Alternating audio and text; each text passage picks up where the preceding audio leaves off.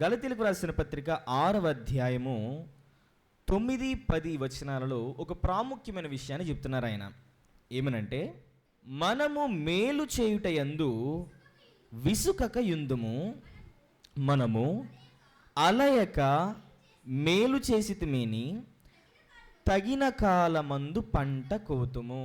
మనము మేలు చేయుట యందు విసుకక యుందము అంటే మంచి చేయడానికి విసుక్కోవద్దు, మంచి చేయడానికి విసుక్కోవద్దు, మేలు చేయడానికి విసుక్కోవద్దు అంటూ ప్రాముఖ్యంగా చెప్పిన విషయం ఏమిటంటే, ఎందుకు విసుక్కోవద్దంటే, మీరు మేలైన కార్యములను చేస్తే తగిన కాలమందు దానికి ప్రతిఫలాన్ని పొందుకుంటారు.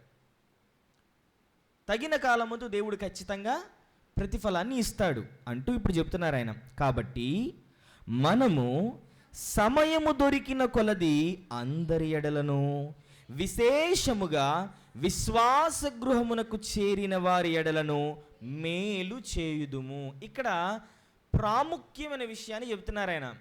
మీరు మేలు చేయాలి, అదేనా? మీరు మేలు చేయాలి. మేలు చేయడం కూడా ఎలా చేయాలి అంటే, అందరి ఎడలను అండ్ మళ్ళీ చెప్తున్న విషయం, మరి ముఖ్యంగా, ప్రాముఖ్యంగా, విశేషముగా విశ్వాస గృహమునకు చేరిన వారి ఎడలను మేలు చేయుదుము. అంటే విశ్వాస సంబంధమైన నీ ఆత్మీయ కుటుంబములో చేర్చబడిన వారికి మరి విశేషముగా నీవు మేలు చేయాలి. ఎందుకు చేయాలి? చేయడం వల్ల ఉపయోగం ఏంటి?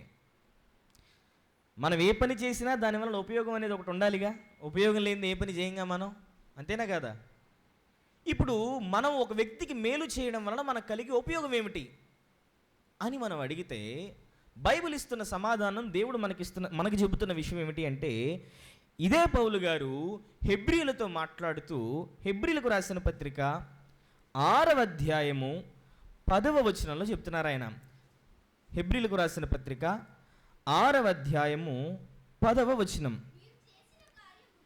మీరు చేసిన కార్యమును మీరు పరిశుద్ధులకు ఉపచారము చేసి ఇంకనూ ఉపచారము చేయుచుండుట చేత, అందరూ చెప్పనమ్మా, తన నామమును బట్టి చూపిన ప్రేమను మరచుటకు దేవుడు ఎందుకు కాడు అంటే, నీవు చూపిన మేలును బట్టి, నీవు చేసిన మేలును బట్టి దేవుడు ఎప్పుడు కూడా నీకు అన్యాయం చేయడు. తగిన కాలమందు, తగిన రీతిలో, తగిన సమయమందు నీవు చేసిన మేలుకు ప్రతిఫలాన్ని దేవుడు దయచేస్తాడు అని దేవుడు స్పష్టంగా చెప్తున్నాడు. గలతీలకు రాసిన పత్రిక 6వ అధ్యాయం 10వ వచనంలో, మీరు మరి విశేషముగా భక్తిపరులైన వారి ఎడల, మరి విశేషముగా విశ్వాస గృహములో ఉన్న వారి ఎడల మేలును చేయమని చెబుతుంటే, హెబ్రీలకు రాసిన పత్రిక 6వ అధ్యాయం 10వ వచనం అని చెబుతున్న మాట, ఎందుకు చేయడం వల్ల ఉపయోగం ఏంటంటే, తగిన కాలమందు దేవుడు నీకు ప్రతిఫలాన్ని ఇస్తాడు. నీవు చేసిన మేలును దేవుడు మరచిపోడు. అంటే దేవుడు నిన్ను జ్ఞాపకం ఉంచుకుంటాడు. అవునా? దేవుడు మర్చిపోడు అంటే దేవుడు గుర్తుంచుకుంటాడనేగా. అంటే దేవుని జ్ఞాపకాలలో మనందరం ఉండాలంటే మనం చేయాల్సిన పని ఏంటి చెప్పండి? దేవుడు మర్చిపోడు అంటే జ్ఞాపకం ఉంచుకుంటాడనేగా, గుర్తుంచుకుంటాడనేగా. ఇప్పుడు దేవుడు నిన్ను గుర్తుంచుకోవాలంటే నువ్వేం చేయాలి? మేలు చేయాలి, అంతే కదా? నువ్వు మంచి చేస్తే దేవుడు మర్చిపోడు అని రాయబడిందంటే, నువ్వు మేలు చేస్తే దేవుడు గుర్తుంచుకుంటాడు. మనం ఎక్కువ కష్టపడక్కర్లేదు. మనం దేవుని జ్ఞాపకాలలో నిలిచిపోవాలి అంటే దేవుడు మనల్ని గుర్తుంచుకోవాలంటే, ఇదిగో పలానా లవ్లీ, పలానా శ్యామ్, ఇలా దేవుడు నిన్ను గుర్తుపెట్టుకోవాలంటే నీవు చేయవలసిన పని ఏంటయ్యా అంటే మేలు చేయాలి. అది కొందరి ఎడలే చేస్తాను, ఇంతమందికే చేస్తాను, ఇంతవరకే చేస్తాను అని ఒక కొలమానాన్ని పెట్టుకోవద్దు. అందరి ఎడలను, మరి విశేషముగా విశ్వాస గృహములో ఉన్న నీ కుటుంబ సభ్యులు, అనగా నీ రక్త సంబంధీకులని కాదు, నీ ఆత్మీయ సంబంధీకులకు మరి విశేషముగా నీవు ఏం చేయాలి? మేలు చేయాలి. నిజంగా దేవుడు గుర్తుపెట్టుకుంటాడా మేలు చేస్తే? ప్రశ్న రావాలిగా మనకి. నిజంగా దేవుడు గుర్తుపెట్టుకుంటాడా? అలా మేలు చేసి దేవుని జ్ఞాపకాలలో నిలిచిన వారు ఎవరన్నా ఉన్నారా? అలా మరి విశేషముగా దేవుని పిల్లలైన వారికి మేలు చేసి దేవుని వలన ప్రతిఫలాన్ని పొందినవారు ఉన్నారా అంటే చాలామంది ఉన్నారు బైబిల్లో. మనకి ఈ మాట చదవగానే మైండ్లో ఎట్ ఎ టైం స్ట్రైక్ అయ్యే వ్యక్తి ఎవరయ్యా అంటే రాహాబు గారు కదా. రాహాబు గారే మన జ్ఞాపకాలలోనికి వస్తారు. ఎందుకయ్యా అంటే ఇశ్రాయేలీయులు అనబడిన వారు దేవుని పిల్లలు. ఇశ్రాయేలీయులు అనబడిన వారు దేవుని పిల్లలు, దేవుని జనాంగం. వారు యెరికో పట్టణాన్ని స్వతంత్రించుకోవలసి వచ్చినప్పుడు యెరికో పట్టణం పైన యుద్ధాన్ని చేసి యెరికో పట్టణాన్ని స్వాధీనం చేసుకోవాలి. అలాంటి సమయంలో యెహోషువ గారి హయాంలో యెహోషువ గారు వేగుల వారిని పంపించారు. పంపించినప్పుడు రాహాబు గారు ఇశ్రాయేలీయురాలా? రాహాబు గారు లేదా దూరపు బంధువా? అవునా? కాదు కదా. ఏది కాదు. ఆమె ఒక అన్యురాలు.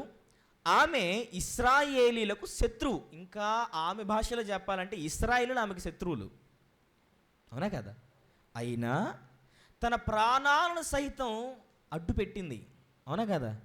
ఒకవేళ నిజంగా ఆ పట్టణపు రాజులకే వీళ్ళు దొరికితే, ఈ వేగుల వారు ఆమె దాచిన చోటు దొరికింది అనుకోండి, పరిస్థితి ఏంటి? ప్రాణాలతో ఉంటుందా ఆవిడ? ఉంటుందా? సాహసం చేసిందా లేదా ఆవిడ? వీరత్వాన్ని చూపిందా లేదా ఆవిడ? ధైర్యాన్ని చూపిందా లేదా ఆవిడ? ఎందుకు? కేవలం ఇశ్రాయేలీయులు అనబడిన దేవుని పిల్లలకు మేలు చేయడానికే. ఏంటి మేలు అంటే, వారు వచ్చి ఇక్కడ యుద్ధం చేస్తే వారికి మేలు కాదా? వారు వచ్చి యెరికో పట్టణం పైన యుద్ధం చేస్తే యెరికో పట్టణస్థులకు విజయమా? యెరికో పట్టణస్థులకు మేలా? ఎవరికి మేలది కదా. ఇశ్రాయేలు నుంచి వచ్చిన వేగుల వారు క్షేమంగా తిరిగి వెళ్ళాలి. ఇక్కడ పరిస్థితులు అక్కడ చెప్పాలి. ఇక్కడ పరిస్థితులను బట్టి వారు యుద్ధానికి రావాలి, వచ్చి గెలవాలి. ఇవన్నీ జరగాలంటే ముందు వాళ్ళు బ్రతుకుండాలి. దానికి మరుముఖ్యంగా తన ప్రాణాన్ని అడ్డేసి మరి కాపాడింది ఎవరు? రాహాబు గారు. మేలు చేసిందా లేదా ఆవిడ? చేసింది. మరి దానికి ప్రతిఫలాన్ని పొందుకుందా ఆవిడ? దేవుడు ఆమెను జ్ఞాపకం ఉంచుకున్నాడా లేదంటే మరి ముఖ్యంగా చెప్పొచ్చు, రూఢిగా చెప్పొచ్చు, మత్తయి సువార్త 1వ అధ్యాయంలోనే ఆమె పేరు రాయబడింది.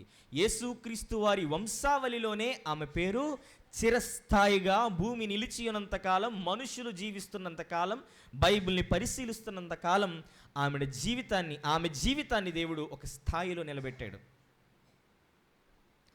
అంటే దేవుడు మర్చిపోయినట్ట? ఎందుకు మరిచిపోలేదు అంటే, తన నామమును బట్టి చూపిన ప్రేమను మరుచుటకు దేవుడు అన్యాయస్తుడు కాడు కాబట్టి. ఇప్పుడు ఈరోజు ఇలాంటి సాహసాన్ని చేసిన 2 వ్యక్తుల గురించి మనం ధ్యానం చేసుకోబోతున్నాం.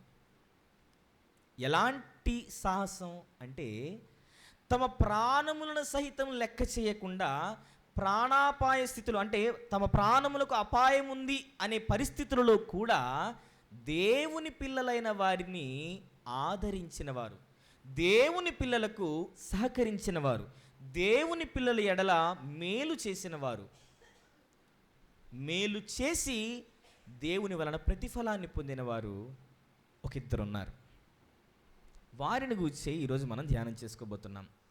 వారిలో మొదటి వ్యక్తి ఎవరయ్యా అంటే, అపోస్తుల కార్యములు 17వ అధ్యాయము 1వ వచనం.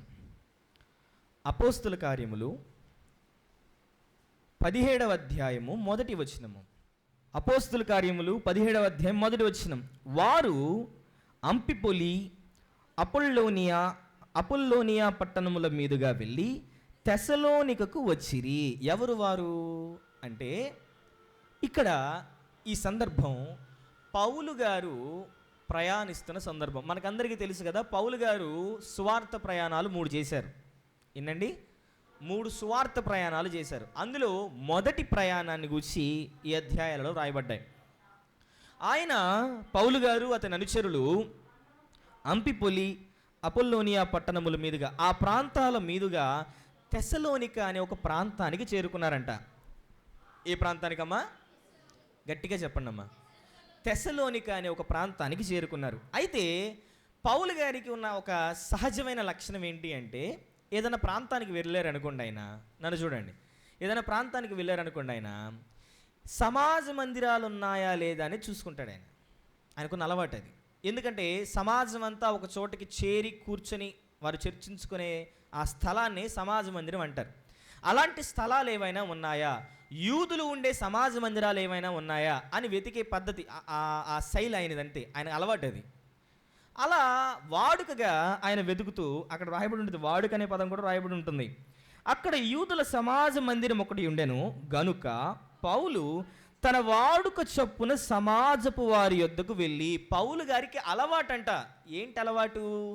ఆ సమాజ మందిరం యొద్దకు వెళ్ళి అక్కడ ఉన్న వారికి క్రీస్తు శ్రమపడి మృతులలో నుండి లేచుట ఆవశ్యమనియు నేను మీకు ప్రచురము చేయు యేసే క్రీస్తయ్యున్నాడనియు లేఖనములలో నుండి దృష్టాంతములనెత్తి విప్పి చెప్పుచు. అంటే పౌలు గారికి ఉన్న సహజమైన అలవాటు ఏంటంటే, ఎక్కడికి వెళ్ళినా యేసే క్రీస్తు, చనిపోయి మన పాపముల కొరకు రక్తాన్ని కార్చిన యేసే మనకు క్రీస్తు అని బోధించే అలవాటంట. ఎవరిది? పౌలు గారిది.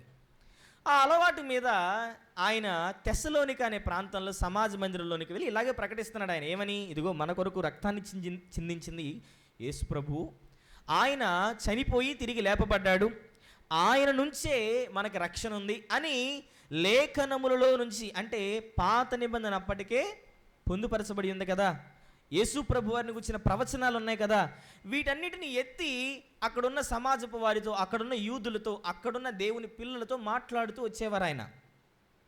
అలా తెస్సలోనికలో ఆయన సువార్తను ప్రకటించినప్పుడు ఆ సువార్తను విని చాలామంది అంగీకరించి రక్షణ పొందుటకు సిద్ధపడ్డారు. వారిలో మనం చూడగలిగితే వారిలో కొందరును భక్తిపరులకు గ్రీసు దేశస్థులలో చాలామంది, ఘనత గల స్త్రీలలో అనేకులను ఒప్పుకొని యేసే క్రీస్తని ఒప్పుకొని క్రీస్తులోనే మనకు రక్షణ లభిస్తుందని అనేక మంది విశ్వసించారట. ఎందుకు? పౌలు గారు సువార్తను ప్రకటించినందుకు. తెలియని వారికి, అక్కరలో ఉన్నవారికి తన అలవాటు చొప్పున ఆయన సువార్తను ప్రకటిస్తున్నాడు. సువార్తను ప్రకటించడం నిజంగా అలవాటు చేసుకున్నాడు ఆయన. అవును, అలవాటు చేసుకున్నాడు ఆయన. ఈరోజు మనకి అలవాట్లు ఉంటాయి. లేచిన వెంటనే పళ్ళు తోముకోవాలి, అదేంటి? అలవాటు కదా. భోంచేసిన వెంటనే చేతులు కడుక్కోవాలి, అదేంటి? ఇవన్నీ అలవాట్లే. ఇలాంటి అలవాటులుగా ఎలా అయితే మనం అలవాటు చేసుకున్నామో వీటన్నిటిని, అంటే దినదినము చేసే పనిని అలవాటు అంటాం, మానకుండా చేసే వాటిని అలవాటు అంటాం. అలాగే సువార్తను ప్రకటించడం అనేది అలవాటుగా మలచుకున్నాడట పౌలు గారు. ఈరోజు ఇలాంటి అలవాటు మనలో ఎవరికన్నా ఉందా?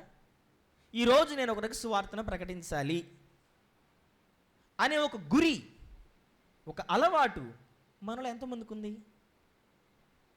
కానీ పౌలు గారు తన జీవితం ద్వారా చెబుతున్న మాట, ఇలాంటి అలవాటును మీరు కలిగి జీవించాలి.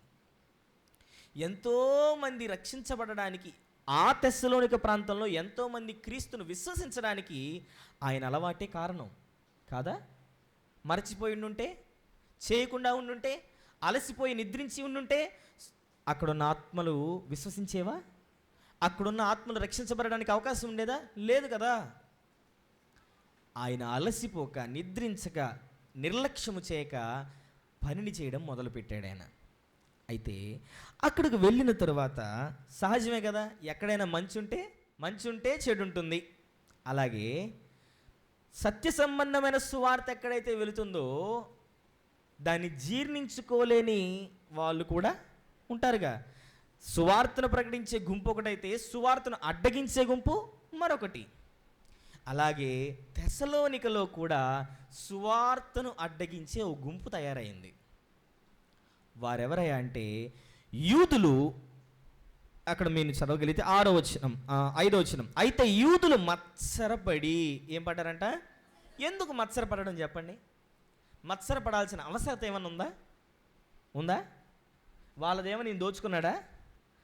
వాళ్ళకి రావాల్సిందేమని ఈయన తీసుకున్నాడా? చెప్పండి పోనీ. ఏమండి మా దశం భాగం తీసేసుకుని పౌలు గారు తీసేసుకుంటున్నారు, అలా కుదిరిద్ది అని ఏమన్నా ఉందా? ఎందుకు అంటే అదంతే, ఆ బుద్ధే అలాంటిది. మనకంటే జ్ఞానాన్ని ఎక్కువగా పరిశీలించి ఒక వ్యక్తి ఉపదేశిస్తే జీర్ణించుకోలేం. మనకంటే ఒక వ్యక్తి ఉన్నతంగా సువార్తను ప్రకటిస్తే దాన్ని కూడా మనం జీర్ణించుకోలేం. మాకు చెప్పొచ్చాడులే పౌలు, మాకు తెలీదా? అదేగా వారి భావన. మత్సరపడట వీళ్ళు గుంపును తయారు చేశారు. ఆ గుంపు కూడా ఎలాంటి వారట?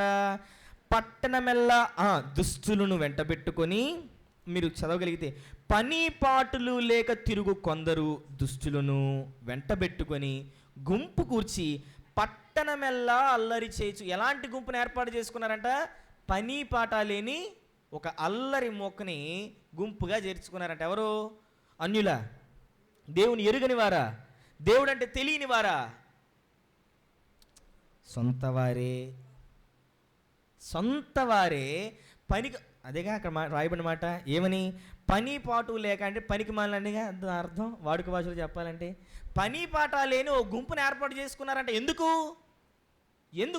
ఒకటే వాళ్ళ టార్గెట్ ఏంటంటే, ఇప్పుడు ఎలాగైనా పౌలు సువార్తను ప్రకటించేది అబద్ధం అని చెప్పాలి.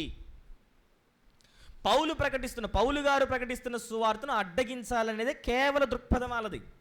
ఇక ఎటువంటి ఆలోచన లేదు. ఇక వేసుకొని ఊరంతా అల్లరి చేస్తారు. బాబోయ్ అసలు ఆ సువార్త అంటున్నారు, అది అంటున్నారు, అసలు అది అబద్ధం. మనమేంటి, మన పూర్వీకులేంటి, మన స్థితి ఏంటి? అంతే కదా అల్లరి చేయడం అంటే. ఇన్ని ఉండగా మనం ఇది వినాలా? అదేగా అల్లరి చేయడం అంటే. ఇలా అల్లరి చేస్తూ వీళ్ళు ఎక్కడికి వెళ్తారంటే ఒక చోటుకి వెళ్తారు. వీళ్ళు ఎక్కడికి వెళ్ళారు వీళ్ళు అంటే చూద్దాం. 6వ వచనాన్ని చూద్దాం. 5వ వచనాన్ని కంటిన్యూషన్గా మనం చదివితే, అపోస్తల కార్యములు 17వ అధ్యాయం 5వ వచనంలోని 3వ లైన్ నుండి చదువుదాం. అల్లరి చేయిచు యాసోను ఇంటి మీద పడి వారిని జనుల సభ ఎద్దడికి తీసుకుని వచ్చుటకు యత్నము చేసిరి. అయితే వారు కనబడనందున అని రాయబడింది. అంటే ఈ యూదులు అల్లరి ముఖంతా చేరి ఎవరింటి మీద పడ్డారు? ఎందుకు అక్కడ చేరారయ్యా అంటే, ఎందుకు యాసోను గారి ఇంటి వద్దకు చేరారయ్యా అంటే, యాసోను గారు పౌలు గారిని అతని అనుచరులను చేర్చుకున్నాడు. తెసలోనికలో ఉన్న యాసోను గారు తన నివాసం యొద్ద, తన ఇంటి యొద్ద నివాసాన్ని ఏర్పాటు చేశాడు. వారు ఉండడానికి వారికి ఒక అకామిడేషన్ ఏర్పాటు చేశారు. ఎవరు? యాసోను గారు. ఎవరికి? పౌలు గారికి, అతని అనుచరులకు. ఇది తెలిసిన యూదులు ఎవరింటి మీద పడ్డారు? వెళ్ళి యాసోను గారి ఇంటి మీద పడ్డారు.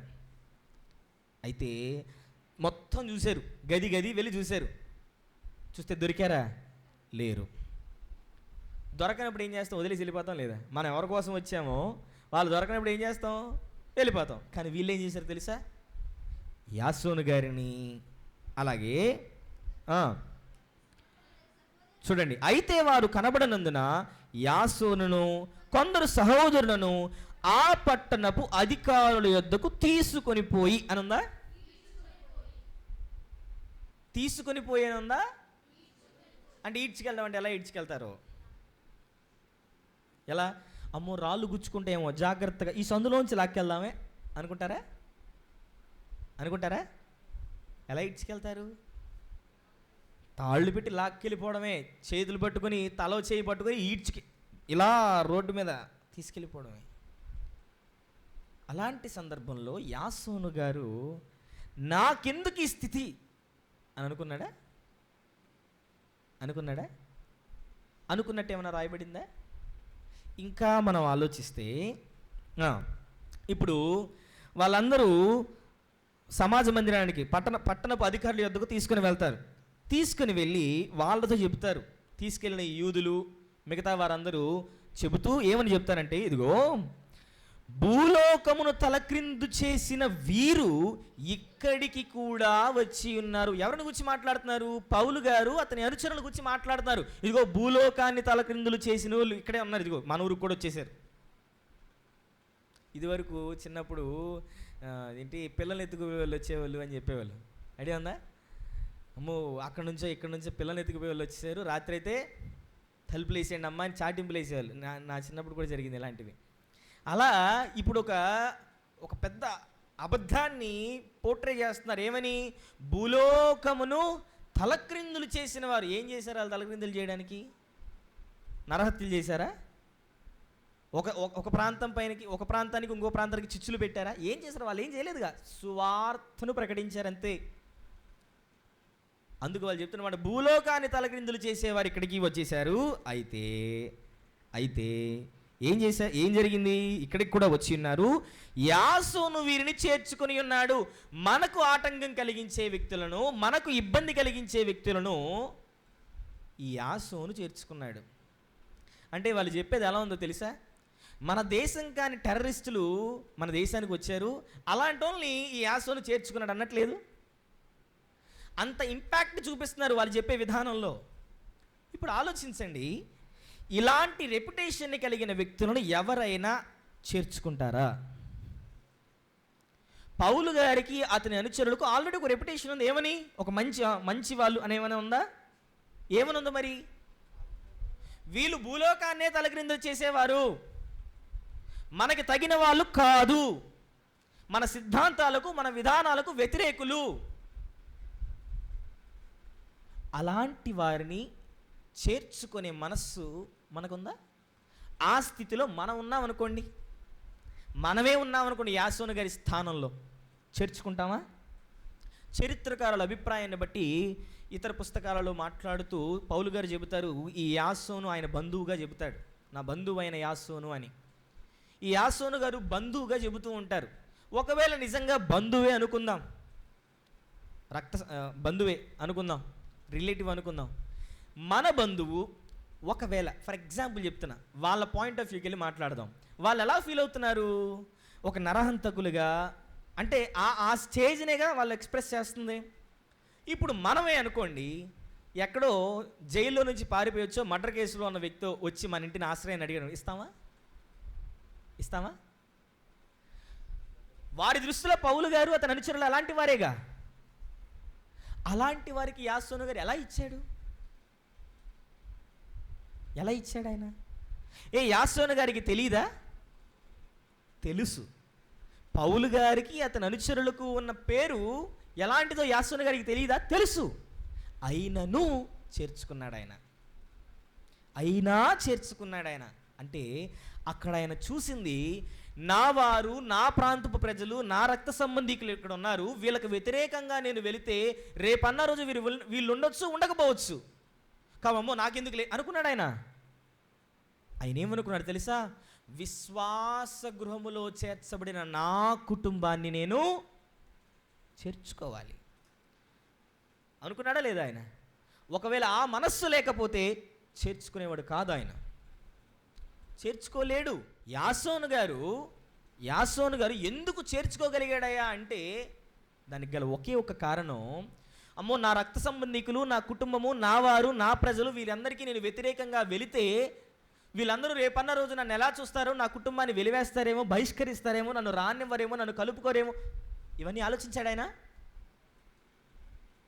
విశ్వాస సంబంధమైన నా కుటుంబానికి మరి ముఖ్యంగా నేనేం చేయాలి? మేలు చేయాలి, సహాయము చేయాలి, ఉపకారాన్ని చేయాలి, మంచిని చేయాలి అన్న దృక్పథాన్ని కలిగే ఆ కార్యాన్ని చేపట్టాడు ఆయన. ఇలాంటి మనస్సు మనకుందా? యాసోను గారి వంటి మనస్సు మనకుందా? మన సహోదరుడు విశ్వాస కుటుంబంలో నీ ఆత్మీయ సహోదరుడు ఆపదలో ఉన్నప్పుడు నీవు సహకరిస్తున్నావా?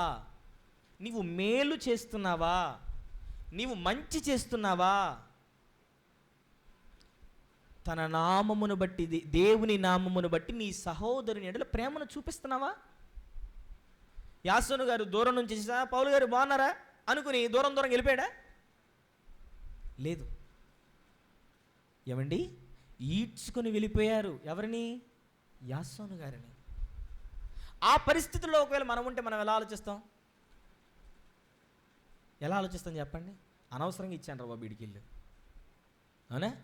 వీడికి ఇవ్వకపోయి ఉంటే నాకు ఈ కష్టాలు ఉండేవే కావు, ఇప్పుడు సమస్య వీళ్ళ వల్లే కదా అనుకుంటామా లేదా? వీళ్ళకి ఇవ్వకుండా ఉండే బాగుండేది కదా. కానీ యాసోను గారు అలా అనుకోలేదు ఆయన. ఆలోచించండి, ఇలాంటి మనస్సు కలిగి మనం జీవించాలి. మీరు ఇప్పుడు ఆలోచిస్తే ఆ రోజు రాహాబు గారు ఎలాంటి ధైర్యాన్ని చూపారో, ఆ రోజు రాహాబు గారు ఎలాంటి మేలులను చేశారో అలాంటి మేలునేగా యాసోను గారు పౌలు గారి పట్ల చేస్తున్నది కాదా? దేవుని పిల్లలైన ఇశ్రాయేలులైన వేగుల వారిని ఎలాగైతే కాపాడారో, ఎలాగైతే చేర్చుకున్నారో రాహాబు గారు, దేవుని పిల్లలైన పౌలు గారిని అతని అనుచరును అలాగే చేర్చుకున్నాడు యాసోను గారు. ఈయన మొదటి వ్యక్తి. నేను రెండో వ్యక్తిని గురించి కూడా మీతో పరిశీలిస్తానని చెప్పాను. మరి ఆ రెండో వ్యక్తి ఎవరాయన అంటే అపోస్తుల కార్యములు 21వ అధ్యాయము. అపోస్తుల కార్యములు 21వ అధ్యాయము 8వ వచనం నుండి చూద్దాం. అపోస్తుల కార్యములు 21వ అధ్యాయం 8వ వచనం. మరునాడు మేము బయలుదేరి కైసరయకు వచ్చి 7 సువార్తికుడనైన ఫిలిప్పు ఇంట ప్రవేశించి అతని యొద్ద ఉంటిమి. కన్యకలుగా ఉన్న 4 కుమార్తెలు అతనికుండిరి, వారు ప్రవచించువారు. పౌలు గారు చెప్పాను కదా, 3 ప్రయాణాలు చేశారు, సువార్త ప్రయాణాలు. ఇది ఆఖరి ప్రయాణం. సువార్త ప్రయాణాలలో ఇది ఆఖరి ప్రయాణం, 3వ ప్రయాణం. ఈ 3వ ప్రయాణాన్ని ముగించుకొని ఈయన కైసరయ అనే ఒక ప్రాంతానికి చేరుకున్నారు. ఎక్కడికమ్మా? కైసరయ అనే ఒక ప్రాంతానికి చేరుకున్నారు. ఆ ప్రాంతంలో, కైసరయ అనే ప్రాంతంలో 7 సువార్తీకుడనైన ఫిలిప్పు. ఆ 7 ఒకడంటే ఏ 7? అపోస్తుల దగ్గరికి ఒక సమస్య వస్తుంది. ఏంటంటే వీరే సువార్తను ప్రకటించి వీరే అన్నం వడ్డించాల్సిన పరిస్థితి వచ్చింది, ఆహారం వడ్డించాల్సిన పరిస్థితి వచ్చింది. దానికి సొల్యూషన్గా వీరు చేసిన పని ఏంటంటే, మీలో పరిశుద్ధాత్మను పొందుకునే వారు, విశ్వాసంలో ఉన్నవారు, దేవునికి ఇష్టులైన వారిని మీరే ఒక 7 ఎన్నుకోండి అని జనసమూహంతో అపోస్తలులు చెప్తారు. అలా ఆహారాన్ని వడ్డించడానికి ఏర్పాటు చేయబడిన 7 ఒక వ్యక్తే ఫిలిప్పు గారు. ఈ 7 సువార్తికుడనైన ఫిలిప్పు అని చెబుతున్నారు. ఈ అపోస్తల కార్యం రాసింది లూకా గారు. చెబుతున్న మాట ఏంటంటే, మాతో పాటు ఎవరున్నారు? మాతో పాటు మేము ఎక్కడికి వెళ్ళామంటే కైసరయ అనే ప్రాంతానికి వెళ్ళి అక్కడ ఈ 7 ఒకడైన ఫిలిప్పు గారు, ఆయన సువార్తికుడు. ఎవరైనా? సువార్తికుడు. ఆయన ఇంటకు మేము వెళ్ళాం. ఎక్కడికి వెళ్ళాం? ఆయన ఇంటికి మేము వెళ్ళాం. అక్కడ మేము చాలా కాలం ఉండి అక్కడ కొన్ని సన్నివేశాలు జరిగాయి. ఏం జరిగాయమ్మా? కొన్ని సన్నివేశాలు జరిగాయి. ఏంటయ్యా ఆ సన్నివేశాలు, ఏంటా విశేషాలు అంటే తర్వాత చెబుతూ వస్తారు లూకా గారు. ఏంటి జరిగిన విషయాలు అంటే 10వ వచనం చూద్దాం. మేము అనేక దినములు అక్కడ ఉండగా అగబు అను ఒక ప్రవక్త యూదయా నుండి వచ్చెను. ఎవరమ్మా? అగబు అనే ఒక ప్రవక్త యూదయా ప్రాంతంలోంచి ఎక్కడికి వచ్చారు?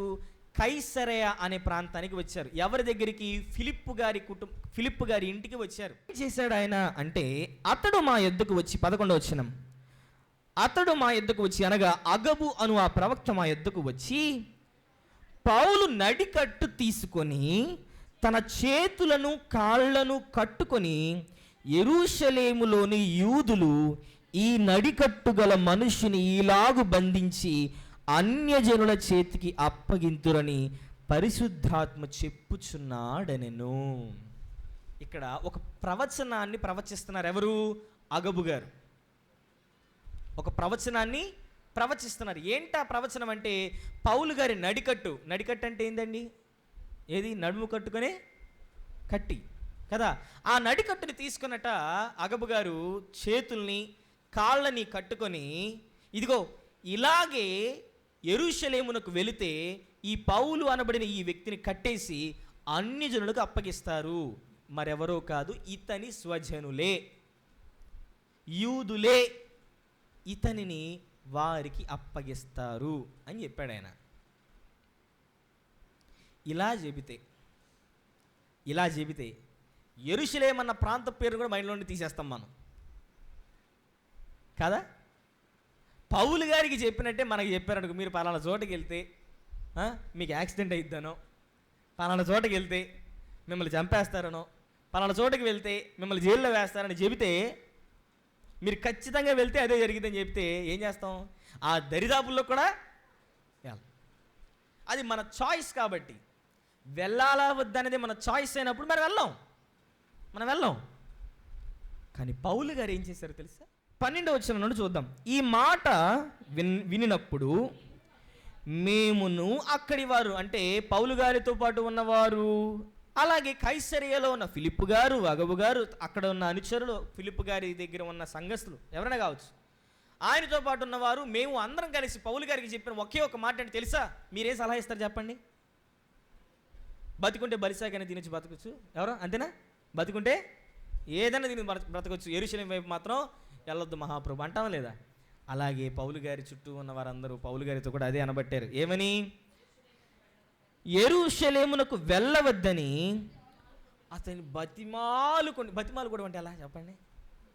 బతిమాలు కూడా అంటే గడ్డం పట్టుకు, బాబు పౌలు ఎందుకయ్యా వెళ్ళడం, వద్దయ్యా అంతే కదా, బతిమాలుకుంటున్నారంట. వద్దు బాబోయ్, వద్దు అయ్యా, యెరూషలేముకి వెళ్ళొద్దు అని. అప్పుడు పౌలు గారు ఏమంటున్నారు తెలుసా? కానీ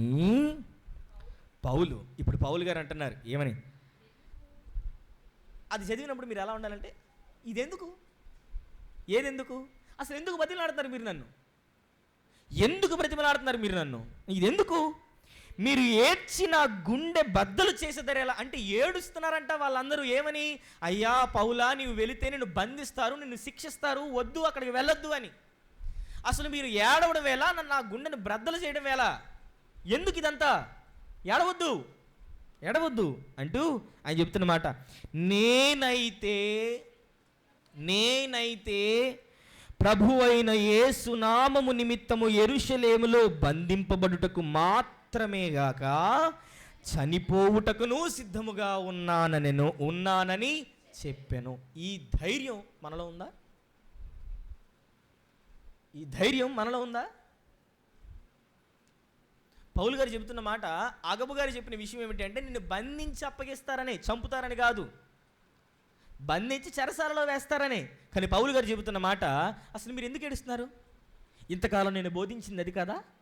ఇంతకాలం నేను ప్రకటించింది అది కాదా? నాకు మాదిరి చూపిన క్రీస్తు నా కొరకు సిలువ వేయబడలేదా?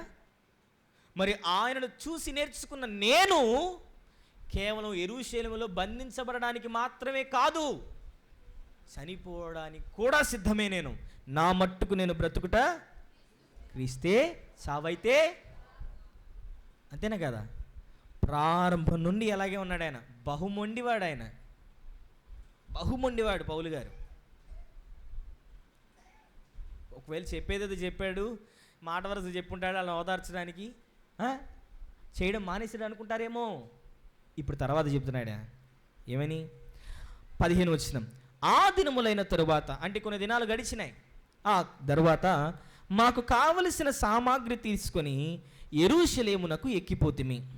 మరియు కైసరయ నుండి కొందరు శిష్యులు, మొదట నుండి శిష్యుడిగా ఉండిన కుప్రియుడైన నాసోను ఇంట మేము దిగవలనను ఉద్దేశముతో అతనిని వెంటబెట్టుకొని మాతో కూడా వచ్చిరి. యెరూషలేములకు ఎట్టి పరిస్థితుల్లో నేను వెళ్తాను ఫిక్స్ అయిపోయారు. ఎవరు? పౌలు గారు. కొన్ని దినాలు గడిచిన తరువాత వీరికి అవసరమైన సామాగ్రిని అంతా ఎక్కించుకొని యెరూషలేమునకు ప్రయాణాన్ని మొదలు పెట్టారంట. ఎవరు? పౌలు గారు. ఎవరమ్మా? పౌలు గారు. మొదలు పెట్టిన తర్వాత, అంటే సిద్ధపడిన తరువాత జరుగుతున్న సందర్భం ఏమిటి అంటే, ఈ కైసరయాలో ఉన్న కొంతమంది శిష్యులు, వీళ్ళు ఎక్కడున్నారు? కైసరయాలోనేగా, అక్కడేగా ఉన్నది. ఈ కైసరయాలో ఉన్న కొంతమంది శిష్యులు ఏం చేశారంటే, ఇప్పుడు వీళ్ళు యెరూషలేముకి వెళ్తున్నారుగా, ఇక్కడ కైసరయాలో ఉండడానికి ఫిలిప్పు గారి ఇంటి వద్ద ఉన్నారు కదా, ఇప్పుడు యెరూషలేముకి వెళ్తే అక్కడ కూడా ఎవరో ఒకరి ఇంట ఉండాలిగా, అవునా కాదా? వీరికంటూ స్థిరచరాస్తులేం లేవుగా, పౌలు గారికి లేవు కదా, కాబట్టి ఎవరో ఒకరి ఇంట ఉండాలి. కాబట్టి ఒక వ్యక్తిని పిలుచుకొని తీసుకుని వచ్చారట. ఎవరాయన అంటే, ఆయన గురించి ఇవ్వబడిన సాక్ష్యం ఏంటయ్యా అంటే, మొదట నుండి శిష్యుడుగా ఉండిన, ఎప్పటి నుంచి? మొదట నుండి. ఎప్పటి నుండి? మొదట నుండి. మొదటి నుంచి అంటే ఏ మొదటి నుంచి?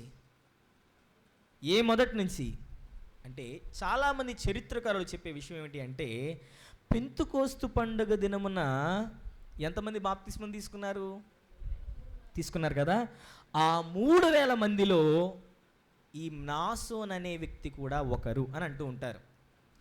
మొదట నుండి శిష్యుడిగా ఉండిన కుప్రియుడైన మ్నాసోను ఇంట మేము దిగవలనను ఉద్దేశముతో అతనిని వెంట పెట్టుకుని మాతో కూడా వచ్చిరి.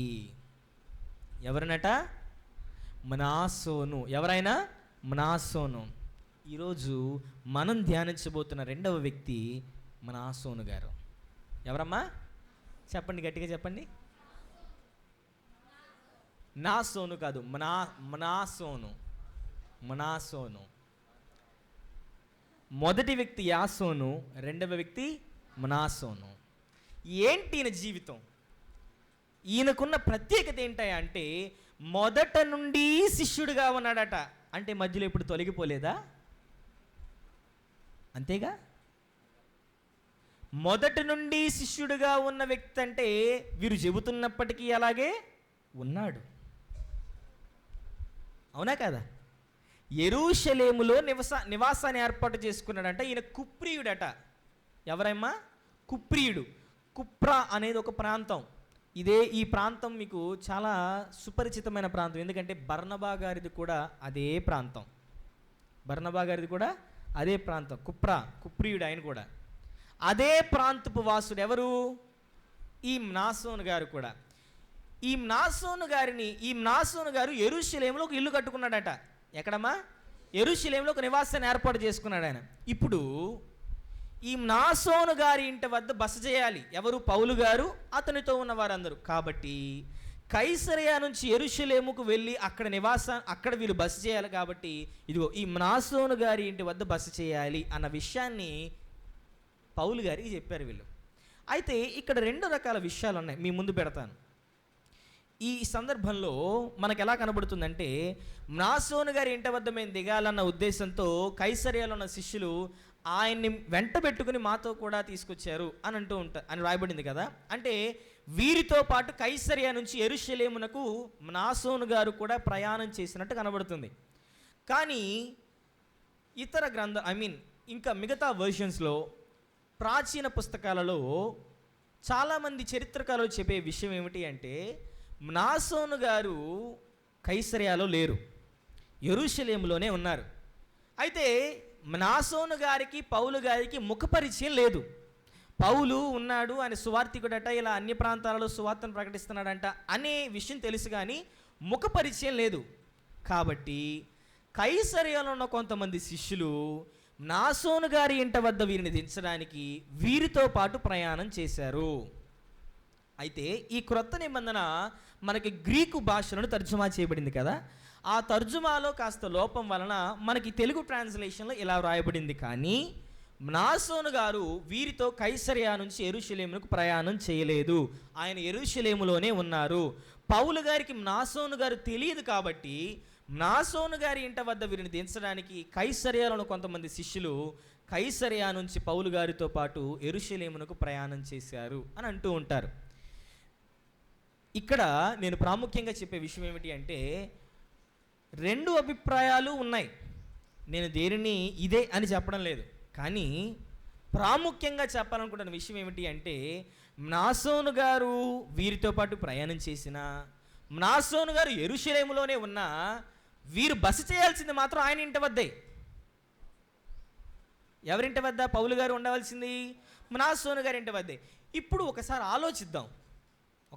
ఆలోచిద్దాం. ఎలాంటి ఆలోచన అంటే మీ దగ్గరికి మీరే ఆ స్థానంలో ఉన్నారనుకోండి, మ్నాసోను గారి స్థానంలో. ఇప్పుడు పౌలు గారు వాంటెడ్ క్రిమినల్ కాదా? ఈ వచనాన్ని చదివాం కదా. క్యాథలిక్ వర్షన్లో మనకి స్పష్టంగా రాయబడి ఉంటుంది. ఒకసారి చూడండి. అపోస్తల కార్యములు 21వ అధ్యాయము 16వ వచనము ఇలా రాయబడింది.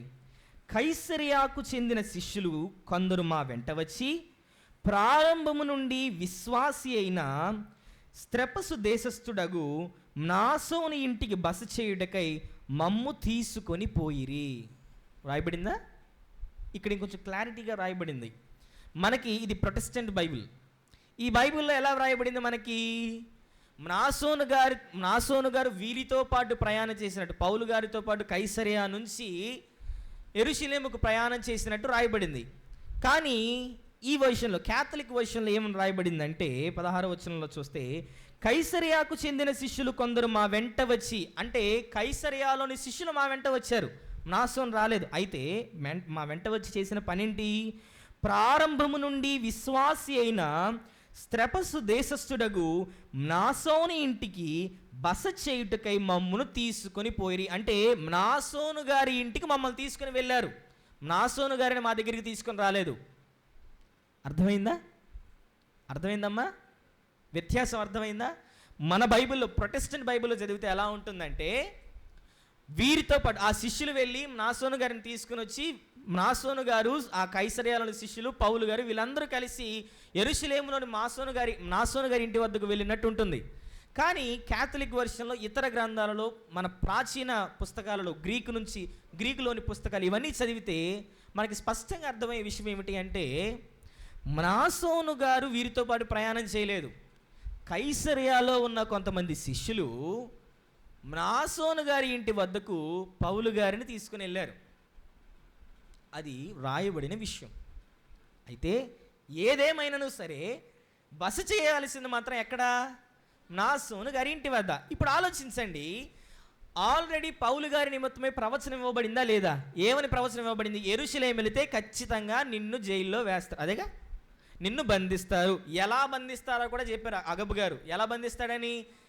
కాళ్ళు చేతులు కట్టి మరీ నిన్ను అప్పగిస్తారు యూదులు అని. అంటే ఇప్పుడు ఒక వాంటెడ్ క్రిమినల్ అనేగా. నేను ఆయన అనట్లేదు సుమి, వారి యూదుల ఉద్దేశాలలో నుండి చెప్తున్నాను మీకు. యూదులకు ఆయన కావలసిన వాడు. దొరికితే చంపేద్దాం అనుకుంటున్నారు యూదులు, దొరికితే శిక్షిద్దాం అనుకుంటున్నారు యూదులు. అలాంటి ఒక వ్యక్తిని సంతోషంగా చేర్చుకుంటామా? మీరు ఆ తర్వాత వచనాన్ని చూడండి. 17వ వచనం, అపోస్తుల కార్యములు 21వ అధ్యాయం 17వ వచనం. మేము యెరూషలేమునకు వచ్చినప్పుడు సహోదరులు మమ్మును సంతోషముతో చేర్చుకొనిరి. ఎలా చేర్చుకున్నారట? ఎలా అమ్మా? సంతోషముతో చేర్చుకుని. నిజంగా ఇలా మనం చేర్చుకోగలమా? చెప్పండి, చేర్చుకోగలమా మనమైతే?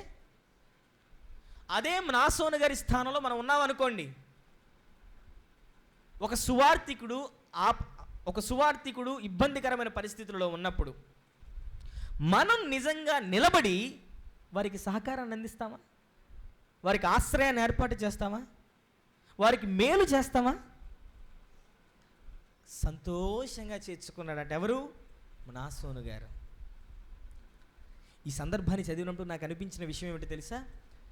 పౌలు గారు మొదటిగా రక్షించబడినప్పుడు క్రీస్తును విశ్వసించిన వారు ఎవరు ఆయన చేర్చుకోలే. అప్పుడు మొట్టమొదటిగా చేర్చుకున్న వ్యక్తి ఎవరు తెలుసా? బర్నబా గారు. మొట్టమొదటిగా చేర్చుకున్నది ఎవరు? బర్నబా గారే. ఆ కుప్రియుడైన బర్నబా గారే మొదటిగా పౌలు గారిని చేర్చుకున్నాడు. ఆ మనస్సు నాకు మరలా ఈ నాసోను గారిలో కనబడింది. మీకు కనబడిందా? కనబడిందా లేదా? ఇప్పుడు యెరూషలేములో ఉన్న ప్రాంతపు ప్రజలకు, యెరూషలేములో ఉన్న యూదులకు, యెరూషలేములో ఉన్న తన స్వకీయులకు విరోధి ఎవరు? పౌలు గారు. ఇప్పుడు నేను చేర్చుకుంటే నన్ను ఏం చేస్తారో, నన్ను కూడా తిట్టచ్చు, నన్ను కూడా కొట్టచ్చు, నన్ను ఏమైనా చేయొచ్చు. ఎందుకంటే అప్పటికే ఒక అనుభవం ఉంది. ఏంటి? యాసోను గారి ఇంటి వద్ద జరిగింది లేదా? అవి మాట వస్తాయా లేదా? ఆ నోట ఈ నోట విషయాలు తెలియవా? యాసోనికి అట్లా జరిగింది. ఇప్పుడు నా స్వకీయులకి ఈ విషయం తెలిస్తే, పౌలును చేర్చుకున్న విషయం తెలిస్తే నన్ను ఏం చేస్తారో ఏమో అనుకోవచ్చా లేదా? అనుకునే అవకాశం ఉందా లేదా? కానీ చేశాడు ఆయన. పౌలు గారు బాగున్నారా, వందనాలు అని నిలిపాడా? చెప్పండి. సంతోషంగా చేర్చుకున్నాడంట ఆయన. ఈ మనస్సు మనలో ఉందా? చెప్పండి. ఇలాంటి పవిత్రమైన మనస్సు, ఇలాంటి నిష్కలంకమైన మనస్సు, ఇలాంటి ప్రేమ కలిగిన స్వభావము మనలో ఉందా? దేవుని నామమును బట్టి విశ్వాస గృహములో నీవాడైన నీ సంబంధీకుణ్ణి ఆదరించే మనస్సు నీలో ఉందా? చెప్పండి. నేను నిజంగా చెప్పనా? ఆదరించేంత లేదు, కనీసం పలకరించం కూడా మనం. ఆదరించడం అనేది సెకండరీ, అది తర్వాత. కనీసం పలకరించం మనం. నీ సహోదరుడు ఆపదలో ఉన్నాడంటే కనీసం మాట్లాడి సంభాషించే పరిస్థితులను ఉన్నాం మనం? ఉన్నావా? ఎలాంటి స్థితిలో ఉన్నాడో నా సహోదరుడు, తన పరిస్థితులు ఎలా ఉన్నాయో, తను ఏ స్థితిలో ఉన్నాడని కనీసం మాట్లాడే పనైనా ఉందా? మరి మనమేం భక్తిపరులం చెప్పండి? మనం భక్తిపరులమా? మనం కనీసం మన సహోదరుని ప్రేమించడం తెలియని మనం భక్తిపరులు ఎలా అవుతాం? క్రైస్తవులం ఎలా అవుతాం? ఆలోచించండి. ఒక యాసోను గారినే తీసుకోండి, ఒక మనాసోను గారినే తీసుకోండి. వీరిరువురి జీవితాలు ఈరోజు మనకు నేర్పే విషయం ఏమిటి తెలుసా? దేవుని నామమును బట్టి విశ్వాస గృహములో ఉన్న తమ కుటుంబీకులకు మేలు చేయడం మానలేదు. అసలు మేలే చేయట్లేదు. ఇంకెక్కడ మాంతాం మనం? అసలు మేలే చేయడం లేదు మనం. ఆలోచించండి, ఏ స్థితికి దిగజారిపోయాం మనం. ఆలోచించండి. అందరం పరిశీలించుకోవాలి కదా, అందరం మనం ప్రశ్నించుకోవాలి కదా. పేతురు గారు ఒక అత్యద్భుతమైన మాట చెబుతారండి. ఒకసారి చూద్దాం ఆ మాటని. పేతురు గారు రాసిన మొదటి పత్రిక 4వ అధ్యాయము. పేతురు గారు రాసిన మొదటి పత్రిక 4వ అధ్యాయము 8, 9, 10 వచనాలు చదువుతాం. ప్రేమ అనేక పాపములను కప్పును గనుక అన్నిటికంటే ముఖ్యముగా ఒకని ఎడల ఒకడు. ఎలాంటి ప్రేమమ్మా? ఎలాంటి ప్రేమ? మిక్కటమైన ప్రేమను కలిగి ప్రేమ గలవారై ఉండుడి, సణుగు కొనకుండా ఒకనికి ఒకడు ఆతిథ్యము చేయుడి. ఇప్పుడు నాసోను గారే కావచ్చు, యాసోను గారే కావచ్చు, అన్నం పెట్టేటప్పుడు అలా చేశారా? ఆతిథ్యం ఇచ్చేటప్పుడు అలా చేశారా? ఈ గదినిచ్చి ఆ గదిలో బాబు ఎందుకు వచ్చారా బాబు వీళ్ళు మన ప్రాణాలు తీయడానికి కాకపోతే అన్నారా? సణుగుకోలేదు, సణగలేదు, సంశయాలు లేవు. స్థిరముగా నిలబడ్డారు, స్థిరమైన ప్రేమను చూపించారు. ఈరోజు యాసోను గారి జీవితాన్నే కానీ నాసోను గారి జీవితాన్నే కానీ చూస్తే మిక్కటమైన ప్రేమ కనబడడం లేదా? మనకి కనబడడం లేదా? మిక్కటమైన ప్రేమను చూపించి ఇంకా చెప్తున్నాడు ఆయన ఎలాంటి పరిస్థితి, ఎలాంటివి చేయాలో చెప్తున్నాడు ఆయన. 10వ వచనం. దేవుని నానా విధమైన కృప విషయమై మంచి గృహ నిర్వాహకులయ్యుండి ఒక్కొక్కడు కృపావరము పొందిన కొలది ఒకనికొకడు ఉపచారము చేయుడి. పేతురు గారు చెబుతున్న మాట, మీలో ఒక్కొక్కరికి ఒక్కొక్క విధమైన కృపావరాన్ని మీరు పొందుకున్నారు. ఒక్కొక్కరికి ఒక్కొక్క విధమైన కృపావరం ఉంది. అయితే నేను ఎక్కువ, నువ్వు తక్కువ, నువ్వు ఎక్కువ, నేను తక్కువ, లేకపోతే నీవు తక్కువ, నేను ఎక్కువ అనే భేదాలు మీలో ఉండకూడదు. ఒకనికి ఒకడు ఉపచారము చేయుడి. సహాయం కూడా కాదు, ఒకనికొకడు ఉపచారము చేయుడి. ఒకడు బోధించిన ఎడల దైవోక్తులను బోధించినట్టు బోధింపవలను. ఇది ఆజ్ఞిస్తున్నాడు ఆయన. పేతురు గారు చెబుతున్నారు, ఒకవేళ నీ వరం బోధించే వరం అయితే నువ్వు ఎలాంటి బోధన బోధించాలో తెలుసా? ఎలాంటి స్థితిలో నువ్వు బోధించాలో తెలుసా? ఎలా బోధించాలంటే దైవోక్తులను బోధించినట్టు బోధింపవలను. అంటే బోధించే నీవు నీ సొంత మాటలను బోధించకూడదు. ఉపదేశించే నీవు నీ సొంత ఆలోచనలు ఉపదేశించకూడదు. ఎవరి ఆలోచనలు బోధించాలి? దైవాలోచనలు బోధించాలి. ఎవరి ఇష్టాలను బోధించాలి? దైవ ఇష్టాలను బోధించాలి. ఎవరి కోరికలను బోధించాలి? దైవ కోరికలను నీవు బోధించాలి అంటూ ఇప్పుడు చెబుతున్నాడు ఆయన. అలాగే ఒకడు ఉపచారము చేసిన ఎడల దేవుడు అనుగ్రహించు సామర్థ్యము నొంది చేయవలెను. ఇందువలన దేవుడు అన్నిటిలోనూ, దేవుడు బోధించుటలోను మాత్రమే అనుందా? ఉందా? డబ్బులిచ్చుటలోను మాత్రమే అనుందా? లేదా వంట వండుటలో మాత్రమే అనుందా? అన్నిటిలోనూ యేసుక్రీస్తు ద్వారా మహిమపరచబడును. అది ఏదైనా కావచ్చు, నీకివ్వబడిన పాత్రను నీవు చేయాలి. నీకు అప్పగింపబడిన పాత్రను తుది వరకు నడిపించాలి. ఏమని రాయబడింది? ఇందువలన దేవుడు అన్నిటిలోనూ యేసుక్రీస్తు ద్వారా మహిమపరచబడును, యుగ యుగములు మహిమయు ప్రభావమును ఆయనకుండునుగాక. ఆమేన్, ఆమేన్, ఆమేన్. ఈరోజు ఆయన చెబుతున్న మాట, నీ సహోదరునికి ప్రేమతో నువ్వు ఉపచారం చేయగలుగుతున్నావా? ఈడికి అంటే వాడుక భాషలో చెప్తా, ఈడికంటే నేను చేసేది నేను చేయాలా? మనలో ప్రాంతీయ భావన ఉండకూడదు, కుల భావన ఉండకూడదు, వ్యక్తిగత భావనలు ఉండకూడదు. క్రోధం, ద్వేషం, కలహం, మత్సరం ఇవేవి మనలో ఉండకూడదు. నీ సహోదరుడు విశ్వాస గృహ సంబంధి అయిన నీ సహోదరుడు ఆపదలో ఉంటే నీవు కనీసం పలకరించాలి వద్దా? సహకరించారు వాళ్ళు, ఉపచారం చేశారు వాళ్ళు, పరిచర్యను చేశారు వారు. మరి మనం ఏ స్థితిలో ఉన్నాం? ఈరోజు ఒకవైపు యాసోను గారు, ఒకవైపు నాసోను గారు ఇద్దరు నిలబడి మనల్ని ప్రశ్నిస్తున్నారు. మన దగ్గర సమాధానం ఉందా? ఇది నాది, నావాడు, నా సహోదరుడు, ఇది నా పని, అతన్ని చేరదీయాలి, నేను నా వంతు సహకారం నేను అందించాలి, నా వంతు ప్రేమను నేను కనుపరచాలి అన్న మనస్సు లేకుండా నేను క్రైస్తవుడిని, నేను దేవుని ఎరిగిన వాడును, నాకు జ్ఞానం తెలుసు అని చెప్పుకుంటున్నావంటే నిన్ను నీవే మోసం చేసుకుంటున్నావు అని అర్థం. నిన్ను నీవే మోసం చేసుకుంటున్నావు, ఒక మాయలో, ఒక ఉచ్చులో పడిపోయావని అర్థం. ఎంతకాలం? ఇంకెంతకాలం? నేను ఒక్క మాట చెప్పనా? మరి ముఖ్యంగా చెబుతున్నాను, మనం జ్ఞాన సంపాదనలో పడిపోయి ప్రేమను కోల్పోతున్నాం. జ్ఞాన విశ్లేషణలో జ్ఞానాన్ని సంపాదించాలి. బైబిల్ అనేక విషయాలను తెలుసుకోవాలన్న పరుగులో భక్తిని, ప్రేమను కోల్పోతున్నాం. ఇది వాస్తవం.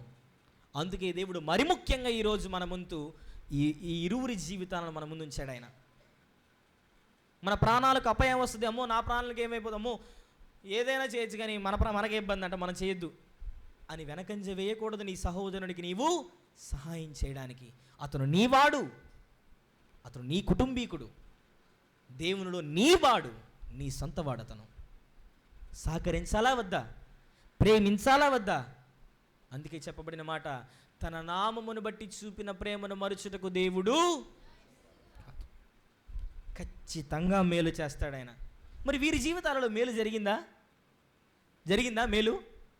యాసోను గారే కావచ్చు, నాసోను గారే కావచ్చు, వీరిరువురి జీవితాల్లో మేలు కలిగిందా అంటే ఈ రోజుకి మనం వారి పేరు చెప్పుకుంటున్నాం, వారి జీవితాల్లో నుండి వాక్యాన్ని మనం నేర్చుకుంటున్నాం. ఇంతకంటే గొప్ప మేలు ఏదన్నా ఉందా? భూమి నిలిచినంత వరకు,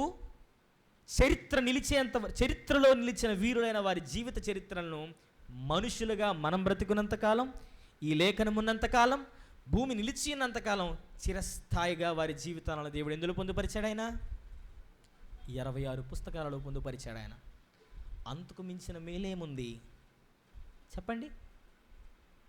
మనం ఇప్పుడు కొత్తగా 67వ పుస్తకాల్లో మన పేర్లు వస్తాయి అనుకోకండి, రావు. కానీ మనకంటూ దేవుడు ప్రత్యేకమైన మేలుని ఏర్పాటు చేశాడు. ఏంటమ్మది? పునాదులు కలిగిన పట్టణాన్ని దేవుడు మనకిస్తానన్నాడు. శూన్యంలో నుంచి స్థిరత్వంలోనికి తీసుకెళ్తాడు ఆయన. శూన్యంలో నుంచి స్థిరత్వంలోనికి తీసుకెళ్తాడు ఆయన. కాబట్టి ఆ మేలుని మనం పొందుకోవాలా వద్దా? పొందుకోవాలన్న వాళ్ళందరూ ఆమేన్ అనండి ఒకసారి. కాబట్టి ఖచ్చితంగా ఆ మేలుని అనుభవించే వారిలో మనమందరం ఉండాలని కోరుకుంటూ, ఈరోజు మరి ముఖ్యంగా మనం నేర్చుకున్న ఇరువురి జీవితాలు, ఎవరమ్మ వాళ్ళు? యాసోను గారు, నాసోను గారు. వీరిరువురి జీవితాలు మన జ్ఞాపకాలలో చిరస్థాయిగా నిలిచిపోవాలి. మనం ఈ విషయాలను జ్ఞాపకం ఉంచుకుంటే దేవుడు మనలను జ్ఞాపకం ఉంచుకుంటాడు. దేవుని జ్ఞాపకాలలో మనం ఉండాలంటే ఒకే ఒక్క దారి, నీ సహోదరునికి నీవు మేలు చేయాలి. చేద్దామా? అలా చేసి దేవుని యొద్ద నుండి ప్రతిఫలాన్ని పొందుకునే వారిలో మనందరం ఉండాలని కోరుకుంటూ ఈ నా మాటలు ముగిస్తున్నాను.